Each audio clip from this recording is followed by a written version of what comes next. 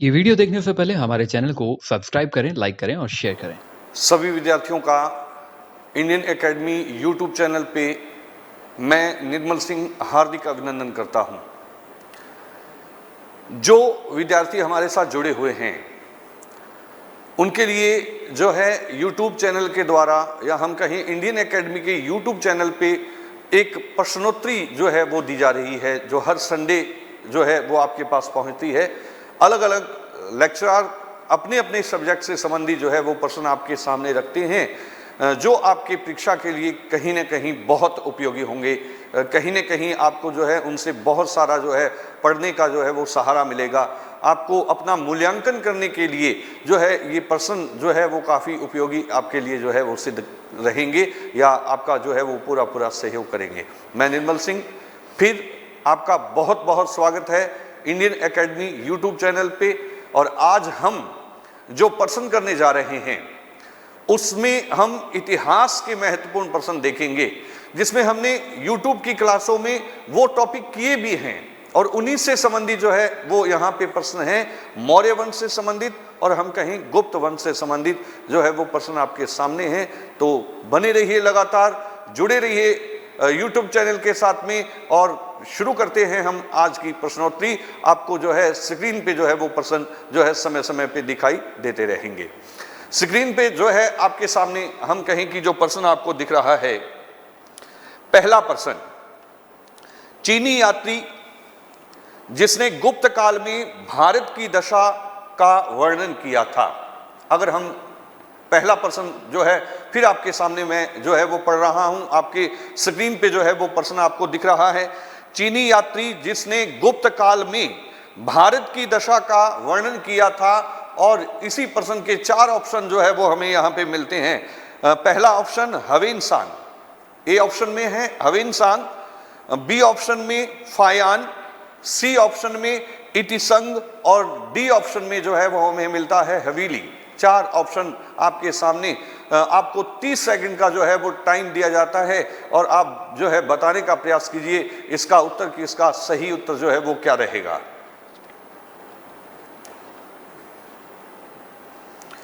Comment के जरिए बताते रहिए आप अपना उत्तर।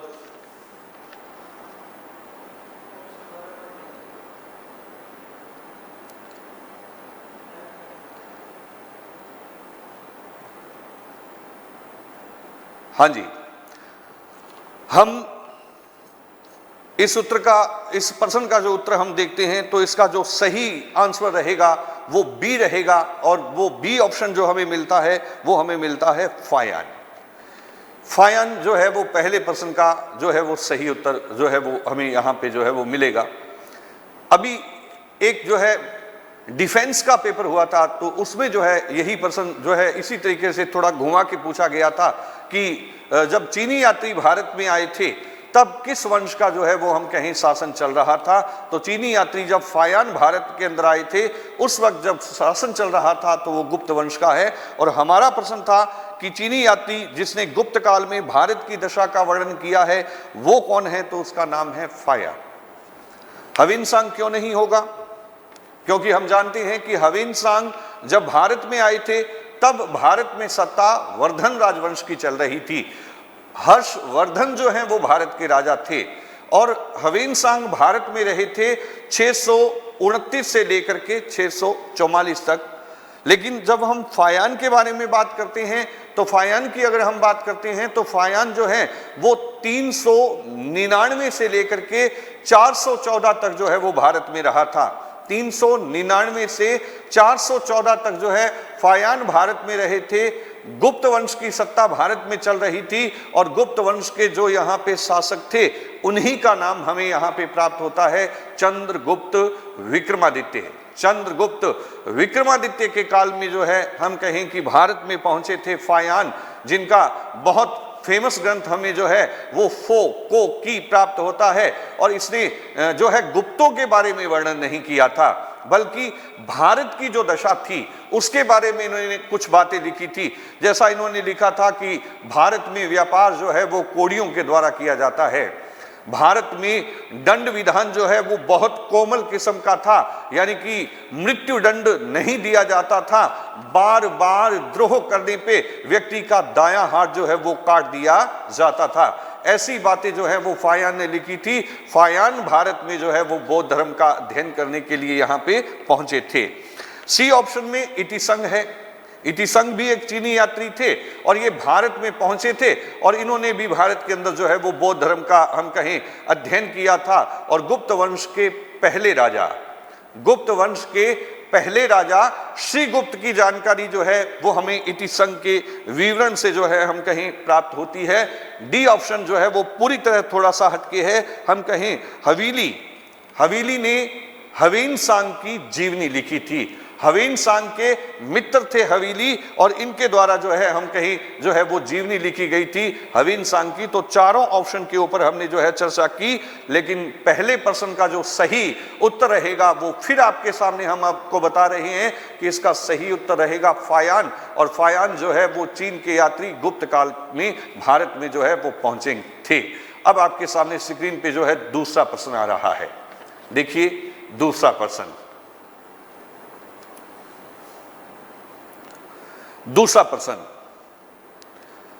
कौन सा गुप्त वंशीय शासक 100 युद्धों का विजेता माना जाता है? फिर आपके सामने प्रश्न रिपीट किए जाते हैं। कौन सा गुप्त वंशीय शासक 100 युद्धों का विजेता माना जाता है? ऑप्शन हमारे सामने है। समुद्रगुप्त, चंद्रगुप्त विक्रमादित्य, चंद्रगुप्त प्रथम और स्कंदगुप्त। मूल्यांकन हो रहा है आपका एक बहुत अच्छे से, क्योंकि हम जो है इनके बारे में चर्चाएं कर चुके हैं। वही 30 सेकंड कमेंट में आप अपना उत्तर देते रहिए।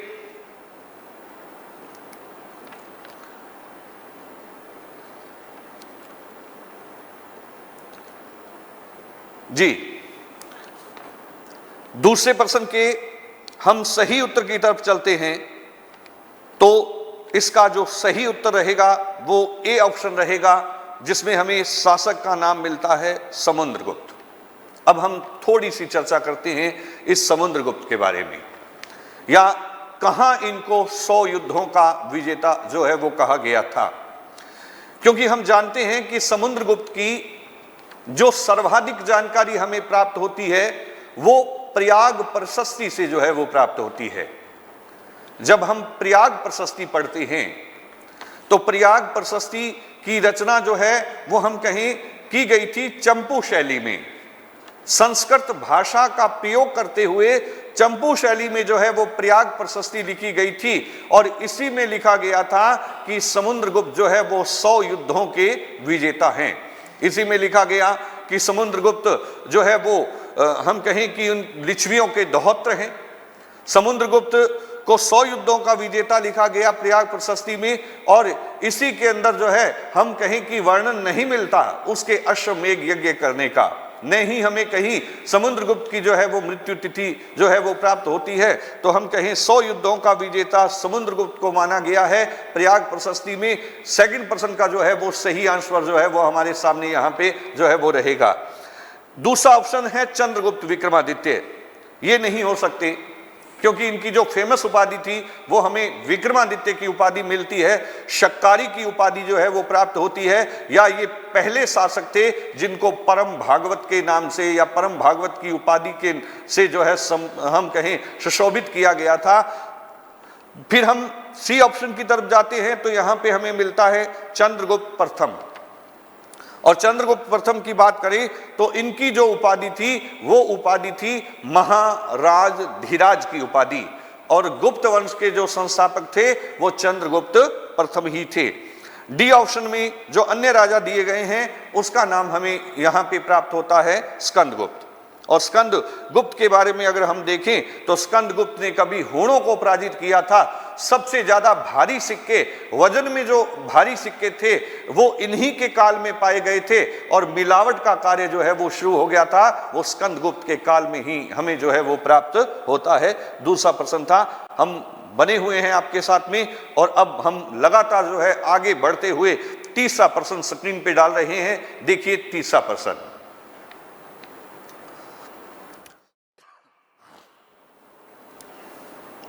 तीसरा प्रश्न, कालिदास की रचना नहीं है, कालिदास की रचना नहीं है। ए ऑप्शन में दिया गया है ऋतु संहार, बी ऑप्शन कादंबरी, सी ऑप्शन में रघुवंश, और डी ऑप्शन में दिया गया है अभिज्ञान शाकुंतलम। उत्तर देने का प्रयास कीजिए जी। 3 नंबर प्रश्न का जो सही आंसर रहेगा, प्रश्न फिर हम आपको बताते हैं, कालिदास की रचना नहीं है।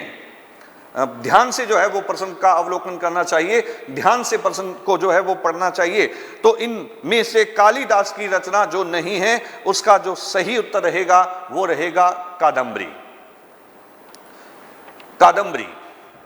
क्योंकि कादंबरी रचना जो है वो हमें बाण भट्ट की प्राप्त होती है।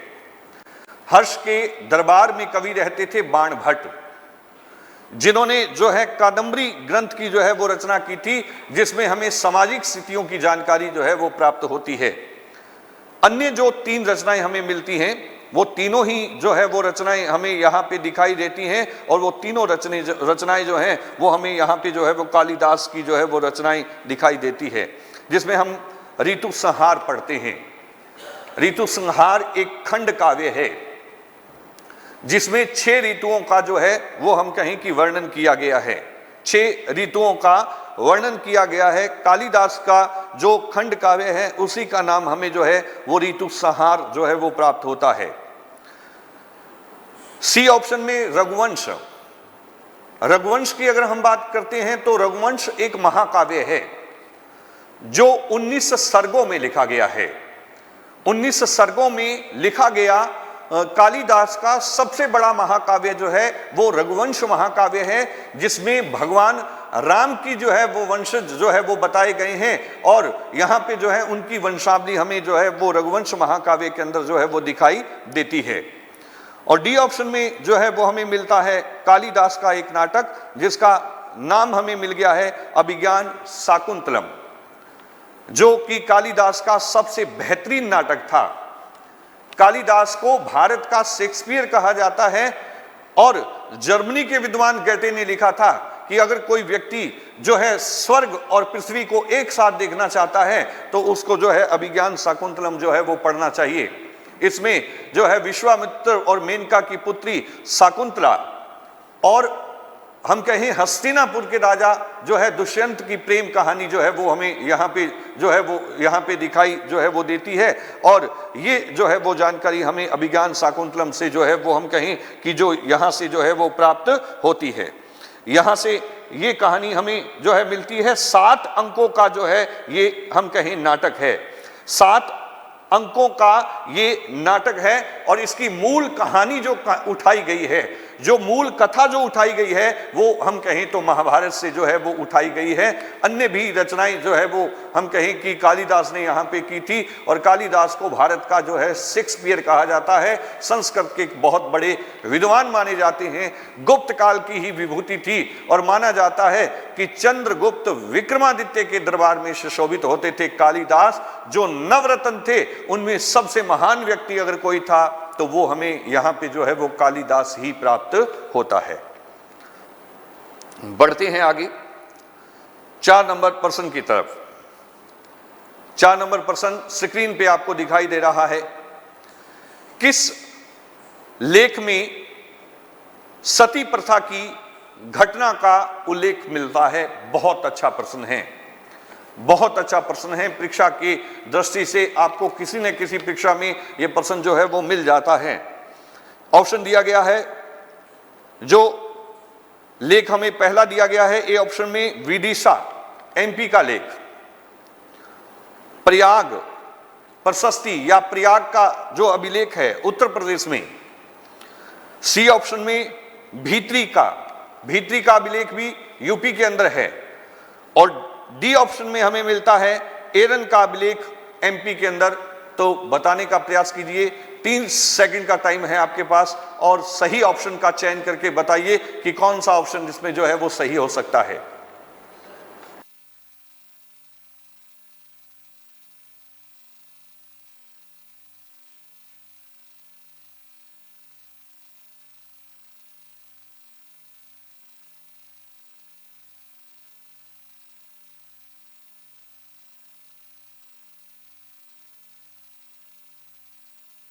ठीक है,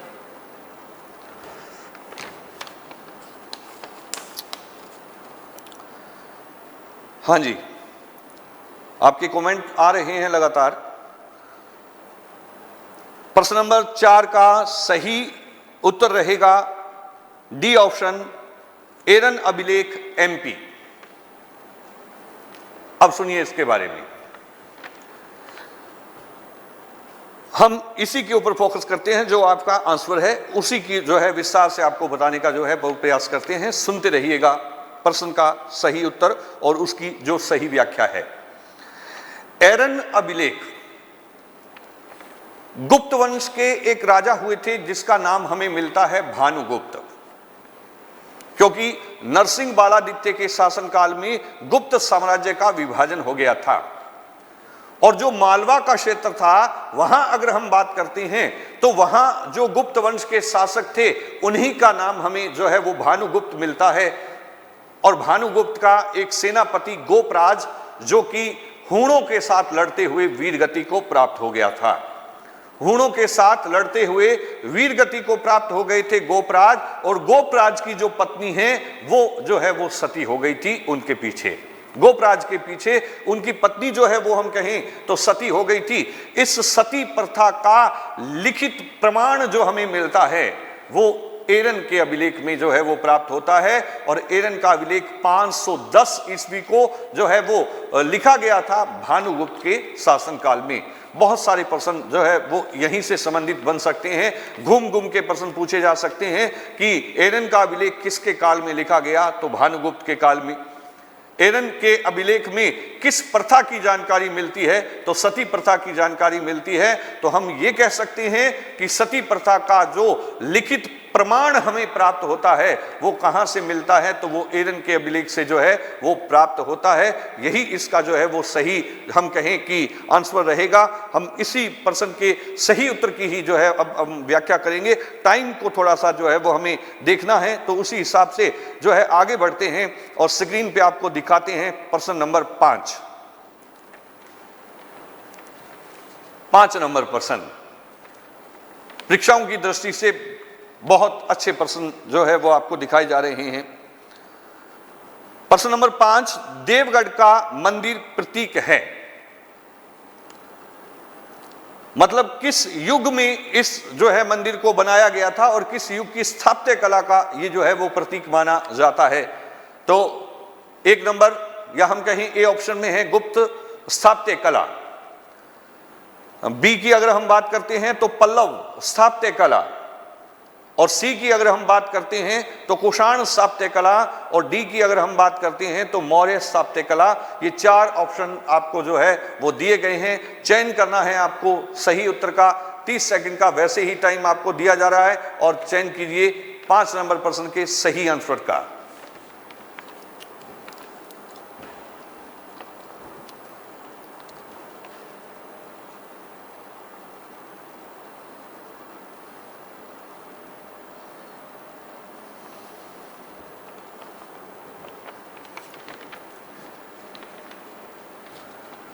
जी, कमेंट में उत्तर आ रहे हैं आपके, वेरी गुड, बहुत अच्छा जो है वो प्रयास कर रहे हैं आप। इसका सही आंसर रहेगा गुप्त स्थापत्य का, यानी कि जो देवगढ़ का दशावतार मंदिर हमें मिलता है वो गुप्त काल का ही बना हुआ मंदिर है। गुप्त काल का ही जो है वो बना हुआ मंदिर जो है वो हम कहें कि यहां पे हमें जो है वो दिखाई देता है। लेकिन अगर हम बात करते हैं कि गुप्त काल से पहले भारत में मंदिर नहीं थे, गुप्त काल से पहले भारत में मंदिर नहीं थे। मंदिर बनाने की जो परंपरा डाली गई है वो किसके द्वारा डाली गई थी? गुप्त काल के द्वारा। गुप्त काल में ही जो है वो मंदिर बनने शुरू हुए थे। जैसे हम भीतरी गाम का मंदिर पढ़ते हैं, जैसे हम एरन का मंदिर पढ़ते हैं, तिगवा का मंदिर पढ़ते हैं, इन सभी मंदिरों में अगर हम बात करें तो जो सबसे सर्वश्रेष्ठ मंदिर है वो हमें अगर हम कहें तो वो ललितपुर प्राचीन झांसी में देवगढ़ का जो है वो दशावतार मंदिर दिखाई देता है। भगवान विष्णु का मंदिर बना हुआ है और पहला शिखर युक्त मंदिर है। यानी कि हम कहें कि जब गुप्त काल में मंदिर बनते थे वो नागर शैली के अंदर जो है वो मंदिर बनाए जाते थे, शिखर युक्त जो है वो मंदिर बन रहे थे। और देवगढ़ का दशावतार जो है वो शिखर युक्त मंदिर है, क्योंकि गुप्त वंश के शासक वैष्णव धर्म को संरक्षण देते थे और भगवान विष्णु के उपासक थे। तो इस मंदिर में और भी विशेषता है कि भगवान विष्णु को जो है शेष सैया पे शयन करते हुए दिखाया गया है। कभी पूछा जाए किस मंदिर में भगवान विष्णु को जो है शेष सैया पे शयन करते हुए दिखाया गया है, तो वो हमें देवगढ़ का दशावतार मंदिर जो है वो हमें यहाँ पे दिखाई देता है। और पंचायतन शैली के अंदर बना हुआ मंदिर है, शिखर युक्त मंदिर है। और जो इस मंदिर की दीवारें हैं इसके ऊपर भगवान विष्णु से संबंधित बहुत सारी जो है वो चित्रकारी की गई है। जैसे गजमोक्ष के चित्र मिलते हैं, जैसे नर नारायण के जो है वो चित्र हमें जो है वो यहाँ पे दिखाई देते हैं। ये सब सुंदर सुंदर दृश्य जो है वो यहाँ कृष्णा अवतार से संबंधित जो है वो दृश्य भी दीवारों के ऊपर जो है वो दिखाए गए हैं। तो वो भी हमें जो है देवगढ़ के दशावतार मंदिर में दिखाई दिए गए हैं और बहुत जो है सुंदर मंदिर है, शिखर युक्त मंदिर है। और इसका सही उत्तर जो है वो यही रहेगा। स्क्रीन पे आ रहा है आपके सामने 6 नंबर क्वेश्चन। 6 नंबर क्वेश्चन, किसने सोने के सिक्कों में मिलावट की मात्रा सबसे अधिक थी? या किसके सोने के सिक्कों में मिलावट की मात्रा सबसे अधिक थी? तो ऑप्शन जो है वो हमारे सामने है। शासक के नाम हमें जो है पहचानना है उसमें से सही कि कौन सा शासक जो है वो सिक्कों में मिलावट का कार्य जो है उसने शुरू करवा दिया था। तो हम कहें स्कंदगुप्त। ए ऑप्शन में स्कंदगुप्त, बी में हमें मिलता है कांच, सी में हमें मिलता है कुमारगुप्त और डी में हमें मिलता है रामगुप्त। बताने का प्रयास कीजिए, सही उत्तर का चयन कीजिए। कौन सा उत्तर हो सकता है?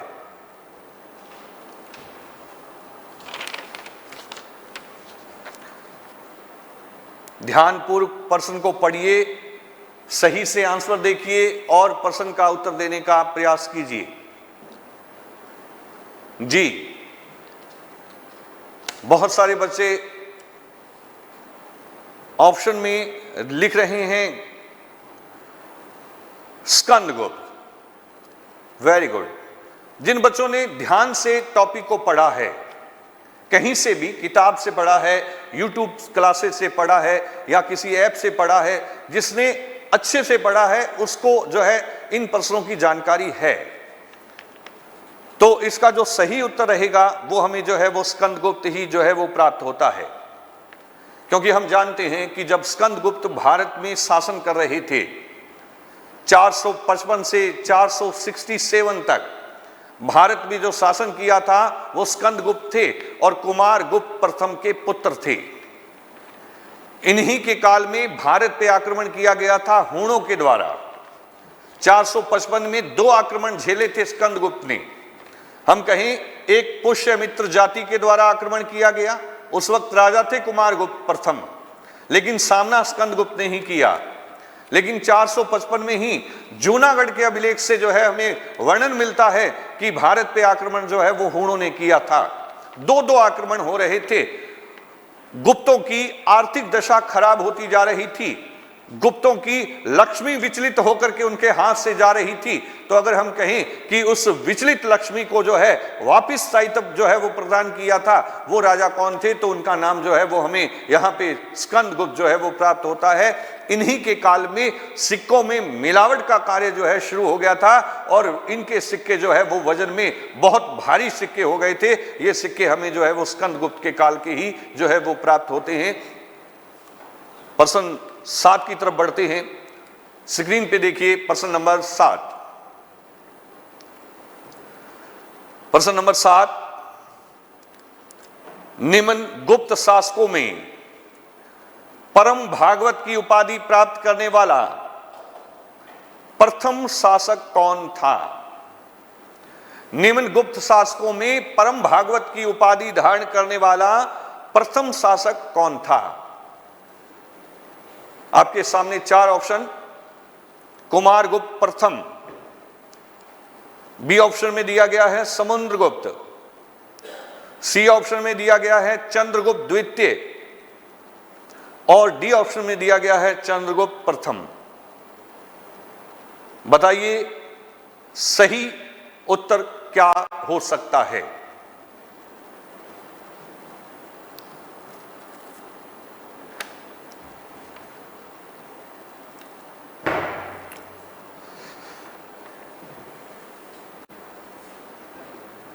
प्रयासरत रहिए, लगातार जुड़े रहिए। वेरी गुड, कमेंट आ रहे हैं आपके।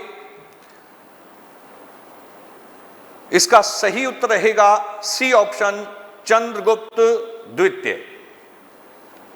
चंद्रगुप्त द्वितीय ऑप्शन दोबारा सुनिए, सी ऑप्शन चंद्रगुप्त द्वितीय।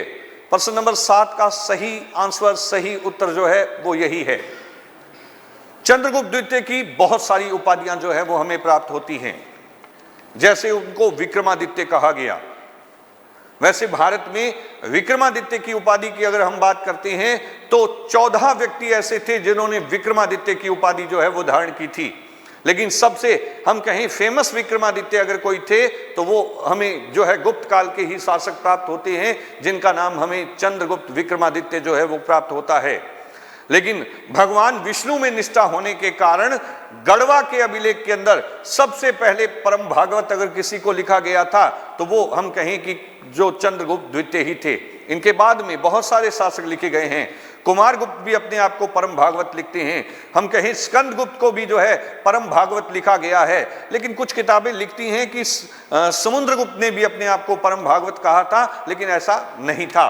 अगर हम सही तथ्य का अवलोकन करते हैं, इतिहास की जब हम छानबीन करते हैं तो हमें जो है ये पता चलता है कि वास्तव में जो परम भागवत की उपाधि जो है वो धारण की थी कि हमारी निष्ठा जो है वो पूर्ण रूप से भगवान विष्णु के अंदर है, यही अर्थ निकलता है परम भागवत का। तो हम कहें ये उपाधि जिसने धारण की थी वो हमें मिलते हैं चंद्रगुप्त विक्रमादित्य, या हम कह सकते हैं चंद्रगुप्त द्वितीय।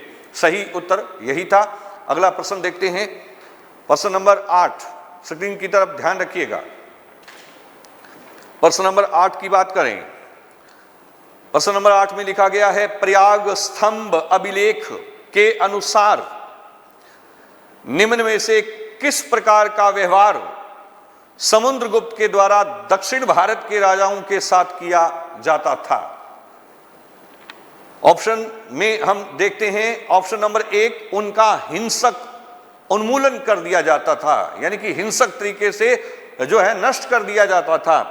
बी ऑप्शन, बंदी बना करके मुक्त कर देते थे या बंदी बनाकर मुक्त कर देना।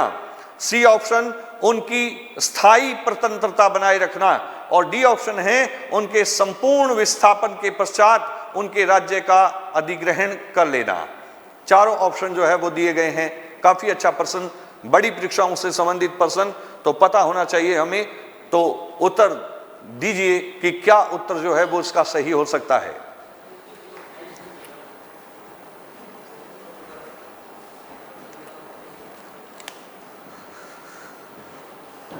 इसका सही जो आंसर रहेगा वो रहेगा बी ऑप्शन। ध्यान रखिए, बी ऑप्शन की तरफ, बंदी बनाकर मुक्त कर देना। क्योंकि जब हम प्रयाग प्रशस्ति की पंक्ति नंबर 19 और 20 का अध्ययन करते हैं, क्योंकि समुद्रगुप्त का जो विजयी अभियान था उसकी जानकारी हमें प्रयाग प्रशस्ति से जो है वो प्राप्त होती है। तो उन्होंने जो युद्ध लड़े थे भारत को जीतने के लिए, तो दक्षिण भारत को जब जीतने के लिए युद्ध लड़ा था तो उनकी वहां पे हमें एक नीति मिलती है जिसका नाम हमें मिलता है ग्रहणा मोक्ष अनुग्रह की नीति। शब्दों को तोड़ेंगे तो सब कुछ स्पष्ट होता जाता है। ग्रहणा ग्रहण कर लेना, स्वीकार कर लेना, जीत लेना, मोक्ष, जीते हुए राजा को, बंदी बनाए गए राजा को जो है छोड़ देना और फिर उसे अपने ही अधीन जो है वो शासन करवाना, तो हम कहें ग्रहणा मोक्ष अनुग्रह की नीति थी। और ये नीति जो है हम कहें कहां पे सही बैठती है, तो बंदी बना करके जो है मुक्त कर देते थे समुद्रगुप्त, क्योंकि समुद्रगुप्त दक्षिण भारत पे प्रत्यक्ष नियंत्रण नहीं रख सकते थे, इसलिए उनको जो है वो अपने अधीन हम कहें तो शासन करवाते थे। यही इसका जो है वो सही उत्तर रहेगा। अगला प्रश्न 9 नंबर की तरफ बढ़ते हुए, 9 नंबर, कुमार संभव महाकाव्य किस कवि ने लिखा था? ऑप्शन में जाते हैं तो देखते हैं 1 नंबर या ए ऑप्शन में उत्तर दिया गया है बाण भट्ट, बी में दिया गया है चंद्र बरदाई, सी में दिया गया है हरिसेन और डी ऑप्शन में नाम दिया गया है कालिदास।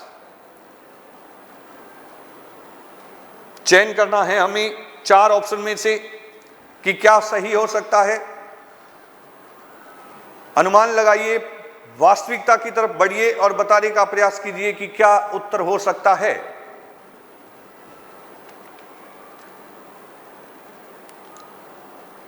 इसका सही उत्तर रहेगा कालिदास, क्योंकि चंद्रगुप्त विक्रमादित्य के दरबार में रहते थे कालिदास, जिनके बारे में हम पीछे भी हम चर्चा करके आए हैं। ऋतु संगार, मेघदूतम, रघुवंश महाकाव्य, कुमार संभव जैसे ग्रंथों की जो है वो रचना कालिदास के द्वारा जो है वो की गई थी। कुमार संभव की अगर हम बात करते हैं तो कुमार संभव भी एक महाकाव्य है। 17 सर्गों में लिखित महाकाव्य जो है वो हमें यहां पे प्राप्त होता है, जिसमें भगवान शिव और पार्वती के पुत्र कार्तिकेय की जन्म कहानी जो है वो हम कहें तो प्राप्त होती है कुमार संभव में। यानी कि कुमार जो शब्द आया है वो कार्तिकेय के लिए आया है और ये कहानी जो लिखी गई है वो कालिदास के द्वारा लिखी गई है। और हम जानते हैं कि कालिदास की जो आस्था थी वो भगवान शिव के अंदर आस्था थी। शैव धर्म को जो है वो हम कहें मानने वाले थे कालिदास, और उन्होंने यहाँ पे जो है कुमार संभव का जो है वर्णन किया है, महाकाव्य लिखा है कालिदास के द्वारा कि किस प्रकार भगवान शिव और प्रकृति के मिलन से जो है कुमार का, कार्तिकेय का जन्म हुआ था और फिर उन्होंने जो है जलंधर का वध किया था। ये सारी कहानी हमें जो है वो यहां से प्राप्त होती है। प्रश्न नंबर 10 स्क्रीन पे ध्यान रखिए।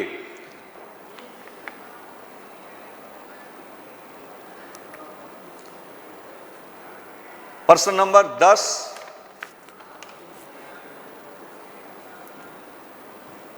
प्रश्न नंबर 10 आपके सामने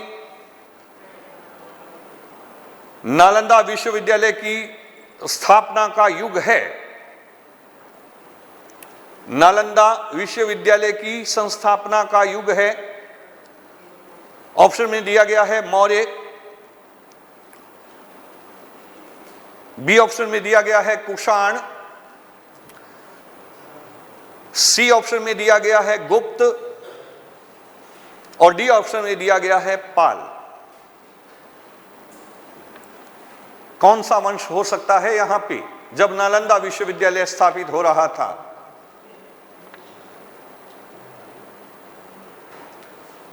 सही उत्तर रहेगा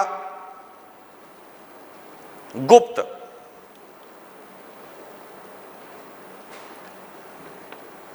नालंदा कहां है? बिहार में। और गुप्त वंश के ही राजा हमें प्राप्त होते हैं जिसका नाम था कुमार गुप्त प्रथम।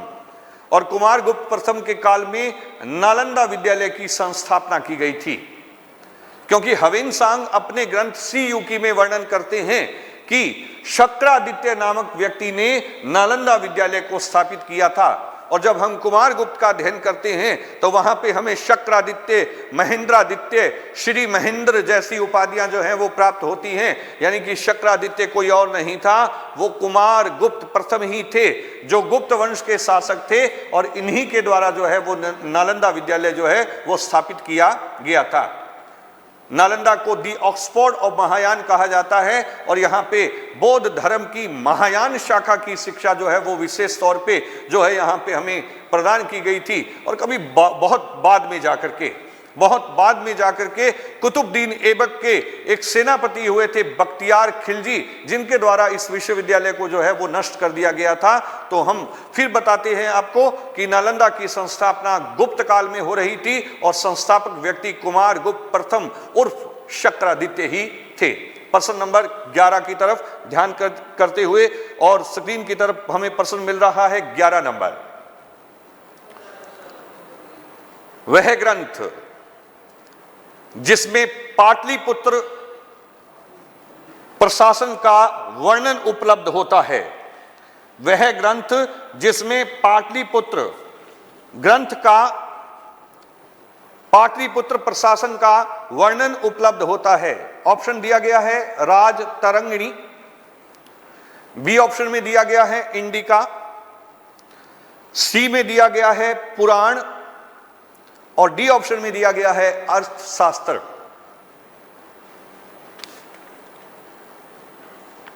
जी, इसका सही उत्तर रहेगा इंडिका।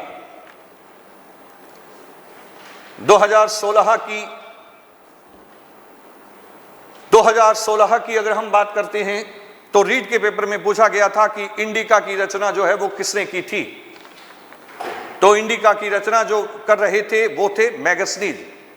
इस प्रश्न का 11 नंबर प्रश्न का सही उत्तर जो रहेगा वो रहेगा इंडिका।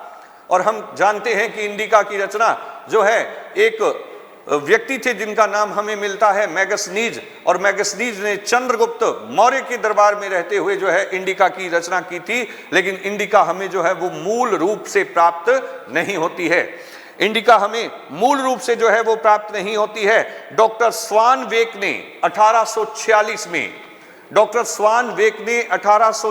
में इसके जो उद्गण थे उनको इकट्ठा किया था और उनकी जो है एक पुस्तक बनाई थी।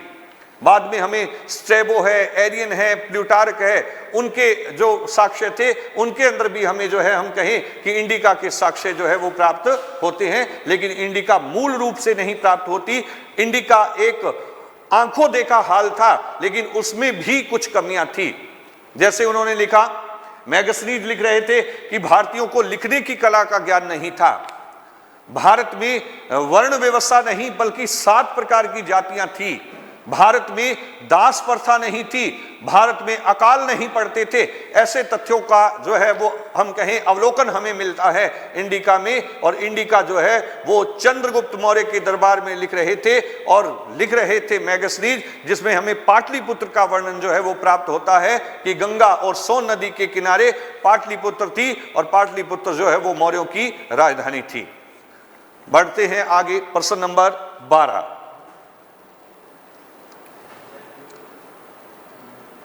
नंबर प्रश्न आपको दिखाई दे रहा है।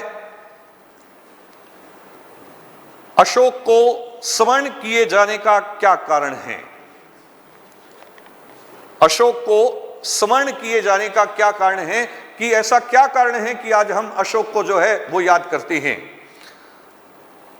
आपके सामने ऑप्शन, बौद्ध धर्म का प्रचार, बी ऑप्शन में दिया गया है कलिंग विजय, सी ऑप्शन में दिया गया है बौद्ध महासम्मेलन और डी ऑप्शन में दिया गया है जनहित के कार्य या जनहित।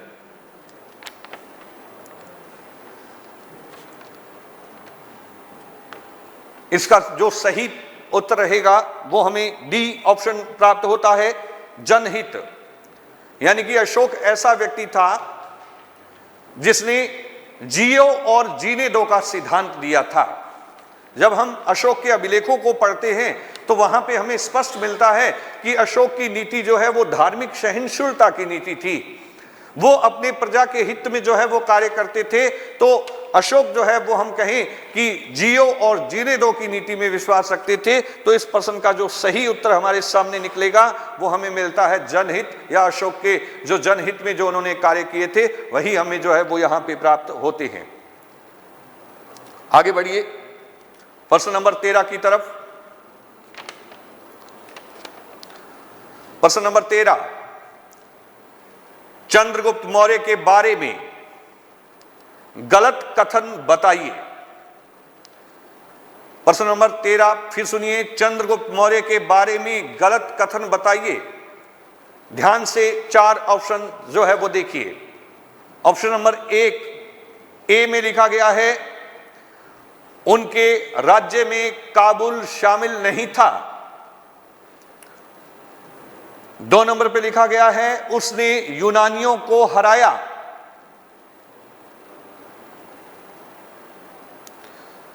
फिर लिखा गया है उसने द्वितीय जैन सम्मेलन बुलाया।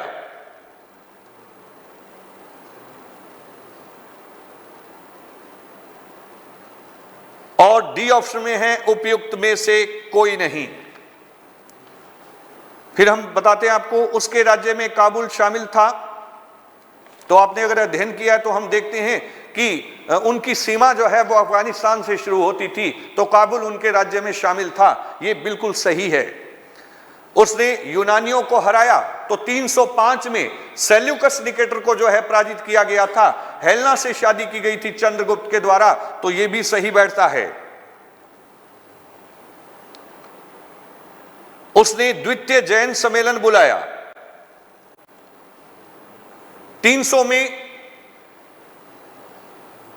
हम कहें कि 300 ईसा पूर्व में जैन धर्म की पहली सभा हो रही थी।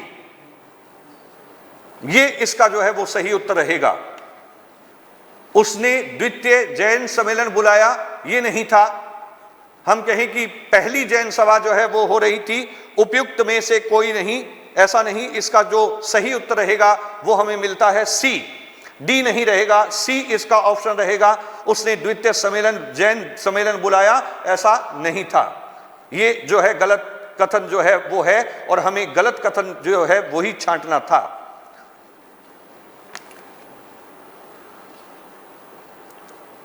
प्रश्न नंबर 14 की तरफ बढ़ते हुए,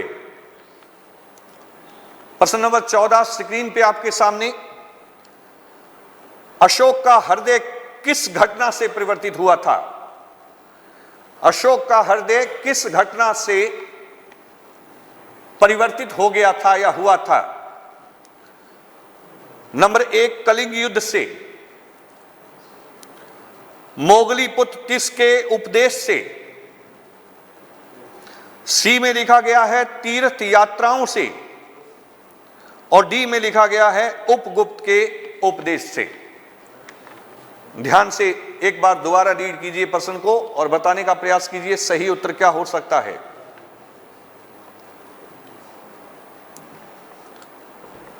प्रश्न नंबर 14 फिर हम बोल रहे हैं, अशोक का हृदय किस घटना से परिवर्तित हुआ था? जी, ऑप्शन में आपके जो आंसर आ रहे हैं, ज्यादातर जो है वो बच्चे बता रहे हैं कि ऑप्शन नंबर 1 कलिंग युद्ध। वेरी गुड, बहुत अच्छा, वेरी गुड, बने रहिए। ए ऑप्शन जो है वही जो है इसका सही जो है वो आंसर रहेगा, कलिंग युद्ध। थोड़ा सा पता होना चाहिए कलिंग युद्ध के बारे में। राजा बने हुए जब 8 वर्ष हो गए थे, समय हमें मिलता है 261 ईसा पूर्व। तो हम जानते हैं कि अशोक ने कलिंग के ऊपर आक्रमण किया था, क्योंकि इस बात के साक्ष्य हमें जो है वो हाथी गुफा के अभिलेख से भी प्राप्त होते हैं कि जब कलिंग पे आक्रमण किया गया था तो अशोक ने कलिंग को जीता। उस वक्त वहां के जो राजा थे उनका नाम जो है वो हमें नंदराज जो है वो प्राप्त होता है। कलिंग जीत लिया गया। कलिंग को अशोक ने अपने साम्राज्य का 5वां प्रांत जो है वो बना दिया था। लेकिन कलिंग युद्ध की भयानकता इतनी अधिक थी, इतना संघार हुआ था, बड़ी संख्या में लोग मारे गए थे, और इसी से उनका हृदय व्यथित हो गया। और यहीं पे हम कहें तो अशोक ने जो है वो प्रतिज्ञा कर ली थी कि हम भविष्य में दोबारा युद्ध नहीं लड़ेंगे, और यहीं से हृदय जो है परिवर्तित हुआ। जो युद्ध प्रियता रखते थे अशोक, वो अब युद्धों को त्याग चुके थे और उन्होंने युद्ध न करने की प्रतिज्ञा कर दी थी। उनका हृदय परिवर्तित हो गया था, ब्राह्मण धर्म छोड़ के बौद्ध धर्म की तरफ निकल गए थे अशोक। तो इसका सही उत्तर रहेगा कलिंग युद्ध। वेरी गुड, बहुत अच्छे जो है वो आपके आंसर जो है वो आ रहे हैं, लगातार बने रहिए। हाँ जी मुकेश जी, मुकेश सहारण, बिल्कुल बिल्कुल बिल्कुल, कलिंग युद्ध लिखा है आपने, सही है।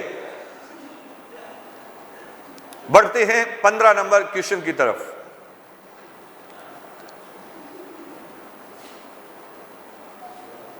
पंद्रह नंबर क्वेश्चन स्क्रीन पे आपके सामने। किसने सर्वप्रथम सौराष्ट्र में सुदर्शन झील का निर्माण करवाया था? इस सुदर्शन झील से संबंधित जो है वो बहुत सारे जो है वो हम कहें कि प्रश्न हमें यहां पे दिखाई देंगे। कभी गुप्त काल में मिलेगा, कभी अशोक से संबंधित मिलेगा, कभी रुद्रादामन से संबंधित मिलेगा, तो कभी चंद्रगुप्त मौर्य से संबंधित। इसलिए अलग अलग युग में इससे संबंधित प्रश्न रहे हैं। अच्छा प्रश्न है, अच्छे से इतिहास का अध्ययन किया होगा वही बच्चा इसका सही उत्तर दे पाएगा।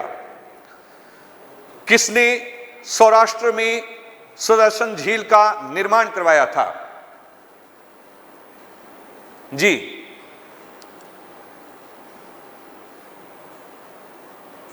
जी, ज्यादा उत्तर आ रहे हैं चंद्रगुप्त मौर्य।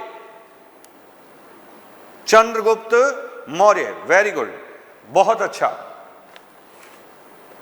हाँ जी बिल्कुल बिल्कुल, बेनीवाल सर, बने रहिए बने रहिए जी। नरेश जी, बहुत अच्छी बात है, सही उत्तर लिख रहे हैं, वेरी गुड, ठीक है।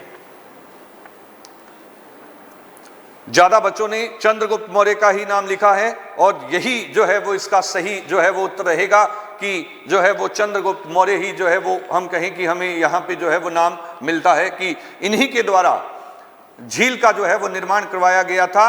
और उस टाइम गवर्नर जो थे सौराष्ट्र के, उसी का नाम हमें जो है वो मिलता है पुष्यगुप्त वैश्य। पुष्यगुप्त वैश्य। ये 15 क्वेश्चन की एक सीरीज आपके सामने जो है वो रखी गई थी, जो हमें गुप्त वंश और हम कहें कि मौर्य वंश से संबंधित जो है वो प्राप्त प्रश्न जो है वो आपके सामने हमने जो है वो रखे थे। यहां पे बहुत सारे बच्चे जो इसको लगातार देख रहे हैं, जिन्होंने बहुत अच्छे से उत्तर देने का प्रयास किया है, उन सबको मेरी तरफ से बहुत बहुत शुभकामनाएं। इंडियन एकेडमी की तरफ से आपको समय समय के ऊपर जो है अलग अलग सब्जेक्ट से अलग अलग अध्यापक जो हैं अच्छे अच्छे क्वेश्चन जो है वो देते रहेंगे। बने रहिए। सभी का बहुत बहुत धन्यवाद। Thank you thank you thank you. आज के लिए इतना ही, मिलेंगे फिर कभी नए क्वेश्चन लेके आपके सामने जो आपके लिए बहुत लाभकारी रहेंगे। नमस्कार।